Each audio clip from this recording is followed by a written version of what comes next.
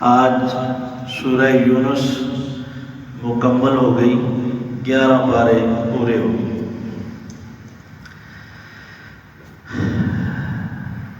سورہ توبہ کا کچھ حصہ بھی پڑھا گیا۔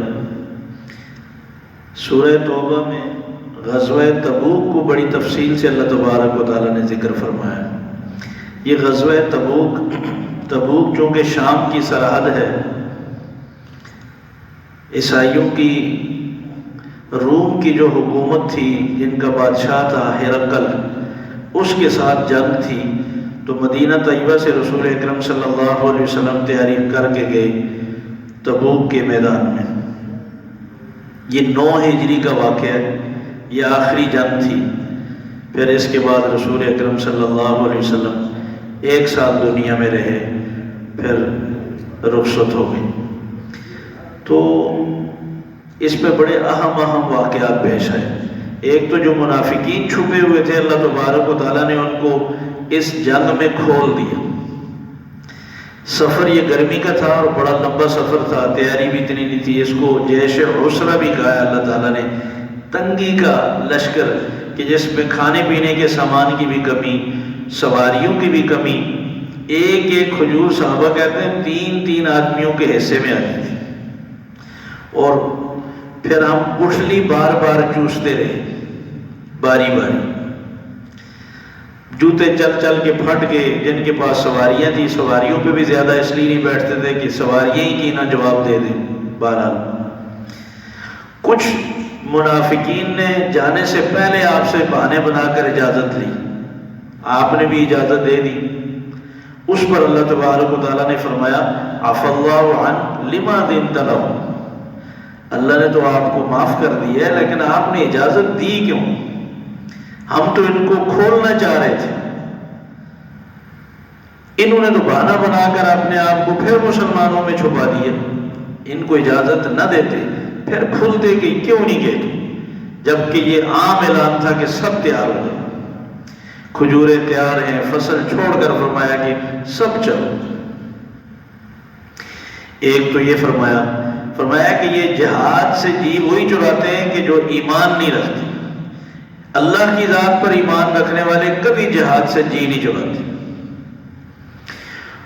اور دوسری بات آپ صلی اللہ علیہ وسلم سے ارشاد فرمائی، ابھی آپ واپس جب مدینے میں جائیں گے نا، اور بہت سارے لوگ آپ کو ملیں گے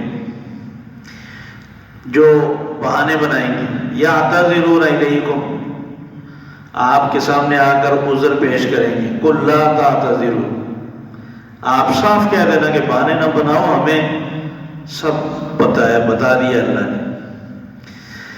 پھر فرمایا سیحلفون لکم لترضوا عنہم فإن ترضوا عنہم فإن اللہ لا یرضی عنہم، یہ قسمیں اٹھائیں گے کہ کسی طرح آپ ان سے راضی ہو جائیں، ان کا عذر قبول کر لیں۔ آپ قبول کر بھی لیں مگر اللہ راضی نہیں ہوگا۔ کیا اللہ کی تو اپنی شان ہے۔ چنانچہ رسول اکرم صلی اللہ علیہ وسلم جب واپس تشریف لائے، عصر کی نماز پڑھائی، آپ عصر کے بعد بیٹھے، ایک بندہ آیا، اس نے آ کر کہا کہ میں اس لیے نہیں جا سکا۔ آپ مسکراتے اور فرماتے ٹھیک ہے، اللہ نے تو سب کچھ بتا دیا تھا کہ یہ جھوٹی قسمیں بھی اٹھائیں گے۔ 3 آدمی ایسے رہ گئے کہ جنہوں نے اپنا عذر کوئی نہیں بتایا، بیٹھے ہیں۔ دوسرے جا کر کہتے ہیں آپ صلی اللہ علیہ وسلم کوئی کراس سوال نہیں کرتے کہ کیوں نہیں آئے یا یہ عذر کیسا تھا، آپ اجازت دے دیتے ہیں، تم بھی جا کر کوئی نہ کوئی بہانہ پیش کر دو۔ انہوں نے کہا کہ ہم جھوٹا بہانہ پیش کر دیں، آج تو ہم آپ کو خوش کر دیں گے، لیکن اس رب کے سامنے کیا ہوگا، وہ تو کھول دے گا ہمارا جھوٹ، پھر کیا ہوگا۔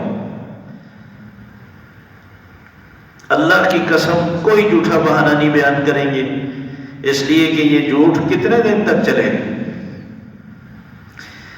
چنانچہ رسول اکرم صلی اللہ علیہ وسلم نے پوچھا کہ ہاں بھائی تم کیوں نہیں گئے؟ کہنے لگے یا رسول اللہ کوئی عذر نہیں تھا، ہماری سواریاں بہت بڑی اچھی تھی، ہم نے سوچا کہ ہم پیچھے مل جائیں گے، بہت بڑا قافلہ ہے، وہ آرام سے چلیں گے، ہم سواری دوڑائیں گے تو ساتھ مل جائیں گے، لیکن سستی ہوئی، پھر ہم ڈر گئے کہ وہ تو بہت لمبا سفر ہے، کہ ایسا نہ ہو کہ قافلے کو بھی نہ پا سکیں، بھول جائیں۔ بس صبح و شام کرتے کرتے رہ گئے، کوئی عذر نہیں۔ رسول اکرم صلی اللہ علیہ وسلم نے فرمایا اب تمہارا معاملہ اللہ کے سپرد ہے، جب تک اللہ نے تمہیں معاف نہیں کیا ہماری طرف سے کوئی معافی نہیں۔ اب ناراض ہو گیا آپ صلی اللہ علیہ وسلم، آپ نے ان کے گھروں میں پیغام بھیجا کہ گھر والے بھی کوئی بات نہ کریں، سارے صحابہ میں اعلان کر دیے کہ کوئی آدمی ان سے بات نہ کرے۔ اللہ فرماتے ہیں ان پر تو زمین تنگ ہوگی، کتنے قریبی دوست رشتہ داروں کو جب ملتے جا کر وہ منہ پھیر لیتے کہ جب آپ صلی اللہ علیہ وسلم نے منع کر دیا تو بس ہمارا کوئی واسطہ نہیں تم سے۔ کعب بن مالک ہیں، وہ کہتے ہیں میں ایک دفعہ بازار سے جا رہا تھا تو مجھے ایک خط ملا، غسان کے سردار عیسائی سردار نے بھیجا، اس نے کہا کہ تمہارے اندر تو بڑی صلاحیتیں تھیں، مسلمانوں نے تمہاری قدر نہیں کی، تم یہاں آ جاؤ ہمارے پاس۔ کہتا میں نے جب خط پڑھا تو اس دن تو انتہا ہو گئی میرے صدمے کی، میری چیخیں نکل گئی کہ اب کفار کو بھی مجھ سے امیدیں لگ گئی۔ خط تو میں نے اسی وقت پھاڑ کر پھینکا اور میں رویا اللہ کے سامنے کہ یا اللہ میرے لیے اب میں کہاں جاؤں، اب تو مجھے کافر بھی دعوت دینے لگ گئے۔ بہرحال ایسے گڑ گڑائے اللہ کے سامنے، ایسے گڑ گڑائے، اللہ تبارک و تعالیٰ نے فرمایا کہ وَعَلَى الثَّلَاثَةِ الَّذِينَ خُلِّفُوا، ہم نے ان تین کی بھی توبہ قبول کر لی جو پیچھے رہ گئے تھے۔ اللہ تبارک و تعالیٰ کو انہوں نے ایسے راضی کر لیا رو دو کر۔ اللہ تبارک و تعالیٰ نے یہ دروازہ بند نہیں کیا، کھلا چھوڑا۔ کوئی بھی گناہ گار، بڑے سے بڑا گناہ گار جب اللہ کے سامنے رو کر معافی مانگتا ہے اللہ معاف کر دیتا۔ ہمارے لیے یہ سبق کے طور پر اللہ تعالیٰ نے ذکر کیا ہے کہ دیکھو کیسے اللہ تبارک و تعالیٰ سے معافی مانگ کر انہوں نے معافی چاہی۔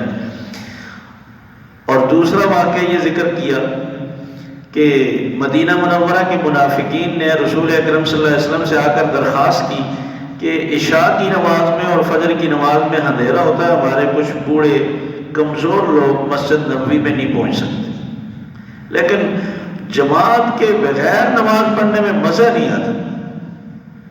پھر ہم نے سوچا کہ ہم اپنے محلے میں ایک چھوٹی سی مسجد بنا لیں، تو ہم نے وہ بنا لی، بس صرف آپ نے افتتاح کرنا، اگر آپ افتتاح فرما دیں تو یہ بڑا آپ کا احسان ہوگا۔ نیت تو بہت اچھی، جذبہ بڑا اچھا۔ آپ صلی اللہ علیہ وسلم نے فرمایا ابھی تو میں غزوہ تبوک کی تیاری میں مصروف ہوں، واپسی پر انشاءاللہ میں آ کر 2 رکعت نماز پڑھ دوں۔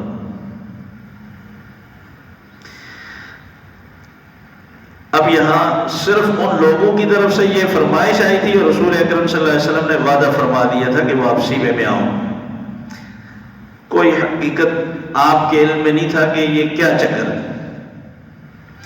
واپسی میں جب آپ صلی اللہ علیہ وسلم نے ارادہ فرمایا جانے کا تو اللہ تبارک و تعالیٰ نے فرمایا وَالَّذِينَ اتَّخَذُوا مَسْجِدًا ضِرَارًا وَكُفْرًا وَتَفْرِيقًا بَيْنَ الْمُؤْمِنِينَ وَإِرْصَادًا لِمَنْ حَارَبَ اللَّهَ وَرَسُولَهُ مِنْ قَبْلُ۔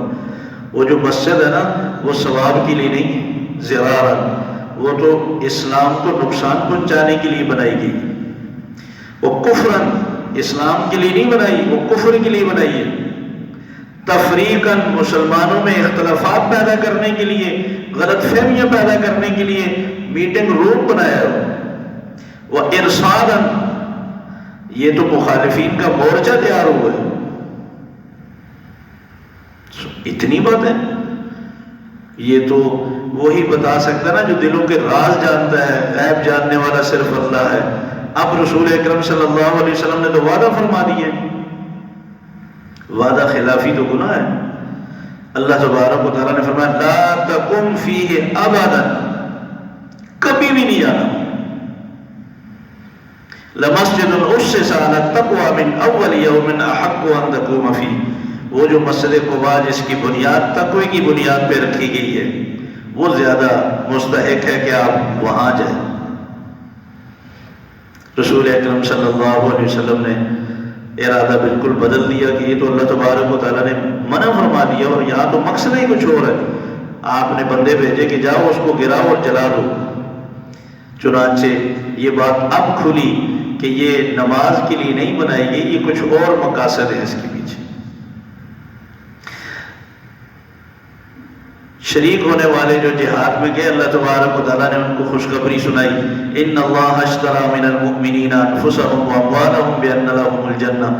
اللہ نے تمہاری جانیں، تمہارا مال جنت کے بدلے خرید لیے، سودا ہو چکا. تمہیں یہ سودا مبارک ہو. جنہوں نے وفا کی اس سودے میں اپنا مال بھی قربان کیا، اپنی جانیں بھی قربان کر دی، انہیں مبارک ہو. فاستبشروا، انہیں خوش ہونا چاہیے. اللہ کے ساتھ یہ سودا گھاٹے کا نہیں ہے. اللہ تبارک و تعالیٰ تمہیں ایک ایک قدم پر جنت میں اعلیٰ درجات دیں گے اور اس پر اللہ تبارک و تعالیٰ انعامات دیں گے. اللہ کے راستے میں لڑنے والوں کے لیے اس سے بڑی خوشخبری کیا ہو سکتی کہ اللہ خریدار ہے ہماری جانوں کے. حالانکہ اللہ خالق ہیں، اللہ مالک ہیں، مگر فرما رہے نہیں میں تم سے خرید رہا ہوں. جو چیز بیچی جاتی ہے تو اس کی قیمت لازم ہو جاتی ہے. تو جو جان دینے والے لوگ ہیں، جو اپنا خون بہانے والے ہیں، تو جنت پھر ان کے لیے لازم ہو جاتی ہے. اللہ یہ سعادت سب کو نصیب فرمائے. رسول اکرم صلی اللہ علیہ وسلم نے حضرت ابو طالب کے بڑی ترغیب دی کہ آپ کلمہ بس میرے کان میں پڑھ دیں آخری وقت میں، تاکہ شفاعت کر سکوں.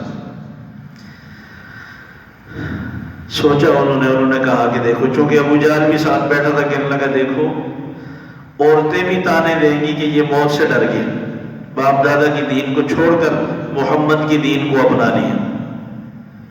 تو انہوں نے کہا بیٹ بھتیجا، میں آپ کے دین کو سچا سمجھتا ہوں، آپ سچے ہیں، لیکن میں اپنے باپ دادا کے دین پر ہی دنیا سے جانا چاہتا ہوں.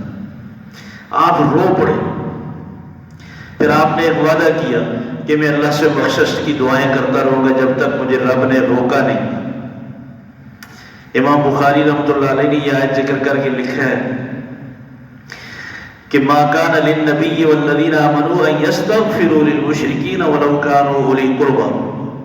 کسی نبی کے لیے، مومن کے لیے جائز نہیں کہ وہ کسی بھی مشرک کے حق میں دعائے مغفرت کرے، بھلے وہ قریبی رشتہ داری کیوں نہ ہو.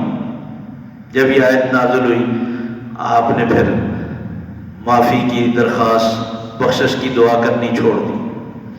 صحابہ نے رسول اکرم صلی اللہ علیہ وسلم سے کہا کہ ابراہیم علیہ السلام نے بھی تو دعا مانگی تھی اپنے والد کے لیے جبکہ وہ بھی مشرک تھے. فوراً جواب میں اللہ تبارک و تعالیٰ نے آیت نازل فرمائی اسی کے بعد، وما كان استغفار ابراہیم لابیہ الا عن موعدۃ وعدہا ایاہ. ابراہیم نے وہ وعدہ پورا کیا جو گھر سے نکلتے وقت اپنے ابا سے وعدہ کیا تھا، بس. اس کے بعد پھر ابراہیم نے بھی کبھی دعا نہیں مانگی اللہ کے منع کرنے کے بعد. تو یہ ہر مسلمان کے لیے بھی، ہم تو بڑے خوش نصیب ہیں کہ ہمارے باپ دادا مسلمان رہے ہیں، اور اس سے بڑی سعادت کیا ہے کہ ہم صبح و شام ان کے لیے دعائیں مانگیں. زندگی میں اگر خدمت نہیں کر سکے، دادا پر دادا کو نہیں دیکھ سکے، ہم یوں تو ان کی خدمت کر سکتے ہیں نا کہ ہم ان کے حق میں دعائیں مانگیں. اپنے چھوٹے بچوں سے بھی دعائیں مانگیں تاکہ ان کو ایک طریقہ اور ان کو ایک عادت پڑے کہ صرف اپنے ہی ماں باپ کو نہیں، ان کے ماں باپ کے لیے بھی، ان کے ماں باپ کے لیے بھی ایک لفظ میں یا اللہ میرے ماں باپ کو اوپر تک جہاں تک یہ مسلمان ہیں سب کی مغفرت فرما. سب کو فائدہ ہونا چاہیے. بچوں سے دعائیں منگوانی چاہیے. اور وہ لوگ جن کے ماں باپ غیر مسلم ہیں وہ اس آیت کے پابند ہیں کہ اللہ تبارک و تعالیٰ نے ان کو روکا ہے. یہ دل بڑا کرنے والی بات نہیں، یہاں تو احکامات کی بات ہے کہ اللہ کی بات ماننی ہے ہم نے ہر حال. منافقین نے رسول اکرم صلی اللہ علیہ وسلم پر جب آیت نازل ہوتی ہے آپس میں ایک دوسرے کے کان میں کہتے ہیں اس آیت سے کس کا ایمان بڑا ہے، کیا فائدہ ہوگا. کبھی کہتے ہیں سورت اتری ہے، کبھی کہتے ہیں آیت اتری ہے، کہتے ہیں ایمان بڑھتا ہے، تمہارا بڑا ہے. وہ کہتا ہے نہیں، تمہارا بڑا ہے؟ نہیں۔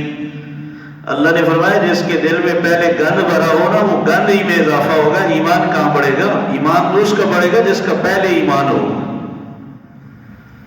جو پہلے مومن ہے وہ آیت کے اترنے کے بعد اس کے ایمان میں اضافہ ہوگا، جس میں منافقت ہی بھری ہوئی ہے وہ تو آیت اترنے کے بعد تو دشمنی میں اضافہ ہوگا نا۔ تو فرمایا گند میں گند اور بڑھ گئی۔ تو آیات کے اترنے سے، سورتوں کے آنے سے تو خوشی ایمان والوں کو ہوتی ہے۔ اس آیت کی بالکل آخری آیت میں حسبی اللہ لا الہ الا هو علیہ توکلت وہو رب العرش العظیم، میرے لیے میرا اللہ کافی ہے، اس کائنات میں اس کے علاوہ کوئی الہ نہیں، علیہ توکلت، تو مجھے اسی پہ بھروسہ ہے، وہ رب العرش العظیم، وہ عرش عظیم کا رب ہے۔ اس آیت کے متعلق رسول اکرم صلی اللہ علیہ وسلم نے فرمایا جو بندہ صبح و شام 7 دفعہ پڑھے گا، جس ارادے اور نیت سے پڑھے گا، اللہ تبارک و تعالیٰ اس کی وہ نیت و ارادہ پورا فرمائے۔ سورہ یونس میں اللہ تبارک و تعالیٰ نے فرمایا کہ آسمان و زمین ساری کائنات کو اللہ نے 6 دن میں بنایا، ثم استوى علی العرش، پھر اللہ تبارک و تعالیٰ عرش پہ قائم ہوا، یعنی پوری کائنات کی حکومت اپنے ہاتھ میں لے۔ یدبر الامر، ساری کائنات کے فیصلے پھر وہ خود کرنے لگے۔ فرمایا کہ یہ ہے تمہارا رب، فاعبدوہ، صرف اس کی عبادت کرو، اس کے علاوہ عبادت اور پکار کے لائق کوئی نہیں، یہ صرف اللہ کا حق ہے۔ پھر شکوہ کرتے ہوئے فرمایا کہ انسان کو جب کوئی تکلیف پہنچتی ہے تو لمبی لمبی دعائیں، بیٹھے لیٹے چلتے پھرتے ہر وقت مجھے یاد کرتا ہے، لیکن جب تکلیف دور ہو جائے نا ایسے لگتا ہے جیسے اس نے کبھی ہمیں یاد ہی نہیں کی۔ فرمایا ساری امتوں کو ختم کرنے کے بعد تمہیں آباد کیا ہے، لننظر کیف تعملون، تاکہ ہم دیکھیں کہ تم کیسے اعمال کرتے ہو۔ مشرکین نے مطالبہ کیا کہ یہ قرآن مجید جو آپ کہتے ہیں اللہ کا کلام ہے، اس میں تو بڑی سخت سخت باتیں بھی ہیں، یہ نکال دے، باقی ہم ماننے کے لیے تیار ہیں۔ یہ بس تھوڑی یہ تکلیف کریں کہ سخت احکامات نکال دیں، باقی تو بہت اچھا ہے، ہم مان لیں، اختلاف ختم ہو جائے گا، امن قائم ہو جائے گا۔ رسول اکرم صلی اللہ علیہ وسلم نے فرمایا ما یکون لی ان ابدلہ من تلقاء نفسی ان اتبع الا ما یوحی الی، یہ میرے اختیار میں نہیں کہ میں قرآن مجید سے کوئی آیت نکال دوں، یہ میرے رب کی طرف سے جو وحی آئی ہے میں بھی اس کا پابند ہوں کہ اس پر عمل کروں۔ اللہ کی طرف سے حکم نہ ہوتا میں تمہیں کوئی آیت نہ سناتا، یہ اس کی طرف سے حکم ہے کہ میں تمہیں کھول کھول کر آیات سناؤں، تمہیں میٹھا میٹھا بھی ماننا پڑے گا، کڑوا بھی ماننا پڑے گا۔ آج مسلمانوں کا مزاج بھی یہی ہے کہ قرآن مجید کے ساتھ احکامات کو مانتے ہیں مگر سننے کے لیے تیار نہیں ہوتے۔ اللہ ہمیں کامل جذبہ نصیب فرمائے کہ ہم اللہ کی ہر بات دلی خوشی سے سنیں بھی مانے بھی۔ ایک جگہ اللہ نے شکوہ کیا کہ فرمایا قصے کہانیاں بیان ہو تو بڑی خوشی سے سنتے ہیں، اللہ کی توحید جب بیان ہو تو دل سکڑنے لگ جاتے ہیں۔ حالانکہ ایمان والوں کو توحید پر سننے پر بیان کرنے پر زیادہ خوشی ہونی چاہیے۔ یہ ایمان کا توحید کا ایک ٹیسٹ بھی ہے کہ توحید پر ہم کتنے خوش ہوتے ہیں۔